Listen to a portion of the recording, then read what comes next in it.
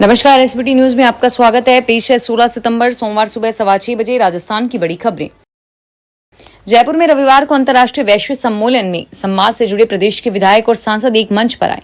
सम्मेलन में लोकसभा अध्यक्ष ओम बिरला ने कहा कि हमें जाति के नाम पर टिकट नहीं मांगना चाहिए। उन्होंने कहा कि हम अपनी संस्कृति, अपने काम की बदौलत ही चुनाव में जाते हैं। समाज के एक पदाधिकारी ने कहा था कि प्रदेश में 200 विधायकों में से वैश्य समाज के सिर्फ 16 विधायक हैं और ऐसे में राजनीति में समाज का प्रतिनिधित्व बढ़ाना चाहिए। और इसी के जवाब में बिरला ने कहा कि जातियों के नाम पर टिकट मांगना और नेतृत्व करना वैश्य समाज का हिस्सा नहीं होना चाहिए। 2 दिन पहले 13 सितंबर को जमानत पर जेल से बाहर आए अरविंद केजरीवाल ने रविवार को कहा कि वे 2 दिन में मुख्यमंत्री पद से इस्तीफा दे देंगे। उन्होंने कहा कि भाजपा ने मुझ पर भ्रष्टाचार के आरोप लगाए हैं और अब जनता की अदालत में मेरी ईमानदारी का फैसला होगा। केजरीवाल ने कहा कि मनीष सिसोदिया पर भी वही आरोप है जो मुझ पर है और उनका भी यही सोचना है कि वे सभी पद नहीं रहेंगे, चुनाव जीतने के बाद ही पद संभालेंगे। कांग्रेस अध्यक्ष मल्लिकार्जुन खड़गे ने महिला कांग्रेस की स्थापना के दिवस पर बधाई देते हुए कहा कि महिलाओं को उनका हक मिलना चाहिए। खड़गे ने कहा कि संविधान में जो अधिकार उन्हें दिए गए हैं उन्हें प्रदत्त किए जाने चाहिए। उन्होंने कहा कि आधी आबादी को पूरा हक मिलना है कि एक संवैधानिक दायित्व है जिसके लिए कांग्रेस पार्टी पूर्णतः प्रतिबद्ध है। हमारे देश की नारी शक्ति ने आजादी की लड़ाई से लेकर अंतरिक्ष की उड़ान तक राष्ट्र निर्माण में अपनी बराबरी का योगदान दिया है। राजस्थान लोक सेवा आयोग ने असिस्टेंट इंजीनियर पद पर कुछ समय पहले भर्ती निकाली थी और इस भर्ती के लिए आवेदन करने की तारीख नजदीक आ गई है। इच्छुक उम्मीदवार 15 सितंबर तक अप्लाई कर सकते हैं। इस भर्ती के जरिए कुल 1014 पदों पर भर्ती होगी और असिस्टेंट इंजीनियर के इन पदों पर न्यूनतम 21 वर्ष के लिए उम्मीदवार आवेदन कर सकते हैं और वहीं अप्लाई करने की अधिकतम आयु 40 वर्ष है। देश में अब हर डॉक्टर की एक अलग पहचान होगी, उन्हें एक यूनिक आईडी नंबर दिया जाएगा। सरकार ने सभी डॉक्टर्स के लिए नेशनल मेडिकल रजिस्टर में रजिस्ट्रेशन करवाना अनिवार्य किया है। नेशनल मेडिकल कमीशन ने हाल ही में एक नोटिस जारी किया था। इसमें लिखा गया था कि इंडियन मेडिकल रजिस्टर में रजिस्ट्रार सभी एमबीबीएस डॉक्टर्स को अब नेशनल मेडिकल रजिस्टर में भी रजिस्ट्रेशन कराना होगा और इस पोर्टल से देश के सभी medical college street medical counselling से भी जुड़े होंगे। राजस्थान में एसआई भर्ती परीक्षा 2021 में पेपर लीक और अन्य लापरवाही का खुलासा करने के बाद अब बीजेपी के वरिष्ठ नेता किरोड़ीलाल मीणा दूसरी बड़ी कार्रवाई में जुट गए हैं। किरोड़ीलाल मीणा ने रविवार को गृह राज्य मंत्री जवाहर सिंह बेडम से मुलाकात की और इस दौरान उन्होंने पिछली सरकार में करोड़ों के घोटालों और गबन का आरोप लगाते हुए गृह राज्य मंत्री को 10 मामलों की एक लिस्ट सौंपी।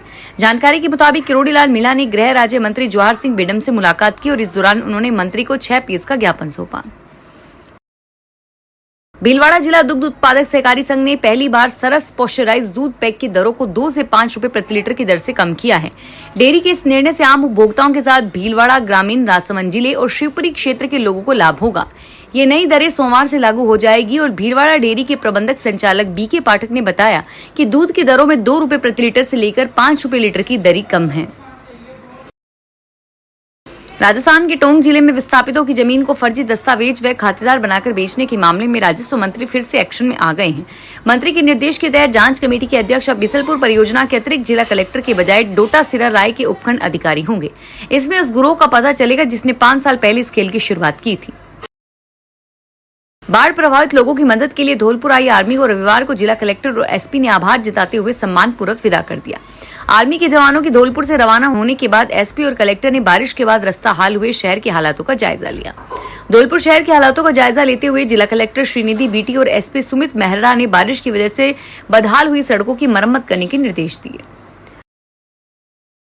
चूरू तानानगर रूट पर बिना इंश्योरेंस, बिना टैक्स और बिना परमिट के चलने वाली निजी बसों को रविवार दोपहर चूरू डीटीओ इंस्पेक्टर ने सीज कर दिया। डीटीओ ने बताया कि चूरू तानानगर रूट पर 2 निजी बसें चल रही थी, जिनमें एक बस की आरसी 2022 में सरेंडर थी और दूसरी की आरसी 2023 में सरेंडर थी। इसके बाद भी दोनों का संचालन लगातार जारी था। जयपुर में अंतर्राष्ट्रीय वैश्व महासम्मेलन के तहत रविवार को वैश्य समाज से जुड़े प्रदेश के विधायक और सांसद एक मंच पर आए। सम्मेलन में विकसित भारत 2027 के विजन में वैश्य समाज की भूमिका पर चर्चा हुई। महासम्मेलन राजस्थान की ओर से जयपुर में और विधायकों का सम्मान किया गया। कार्यक्रम में राज्य मंत्री गौतम कुमार धक, प्रताप सिंह सिंघवी, गणेश राज बंसल, दामोदर दास अग्रवाल, ज्योति खंडेलवा सहित वैश्य समाज के अन्य लोग भी मौजूद थे। जालोर के एक सरकारी स्कूल परिसर में रविवार को भालू आने से दहशत मच गई। आसपास के लोगों ने अफरा तफरी का माहौल किया। जानकारी के अनुसार जसवंतपुरा के नवोदय स्कूल परिसर में रविवार को सुबह भालू घूमता हुआ दिखाई दिया। इसके बाद लोगों ने शोर मचाया। हालांकि आबादी क्षेत्र में भालू आने से बच्चों सहित ग्रामीणों में भय का माहौल है।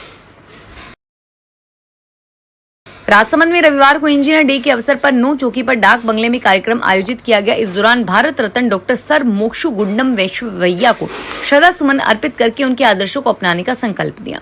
कार्यक्रम में अमरचंद बाकोलिया, शैतान सिंह, प्रतीक चौधरी, अधिशासी अभियंता सहित संस्थानों के अभियंता मौजूद रहे।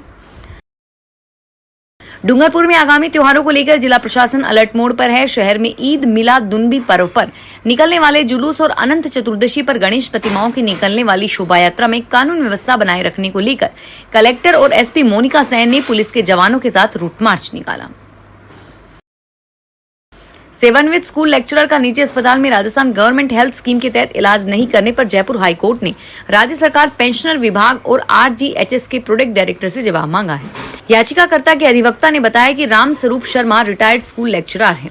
वे राज्य सरकार की आरजीएच स्कीम में पंजीकृत हैं, जो 5 लाख रुपए तक का कैशलेस इलाज उपलब्ध कराती है। लेकिन जयपुर के संतो करबा दुर्लभ जी हॉस्पिटल की इमरजेंसी में इलाज के लिए भर्ती होने पर अस्पताल ने उनका कार्ड मान्य नहीं किया और वहीं उन्हें मजबूरन 67,000 रुपए का नकद भुगतान करना पड़ा। अस्पताल से छुट्टी मिलने पर उन्होंने आरजीएचएस के ऑनलाइन पोर्टल पर आवेदन किया, जिसे खारिज कर दिया गया था। फिलहाल इस बुलेटिन में इतना ही और फिर हाजिर होंगे तमाम बड़ी खबरों के साथ। धन्यवाद।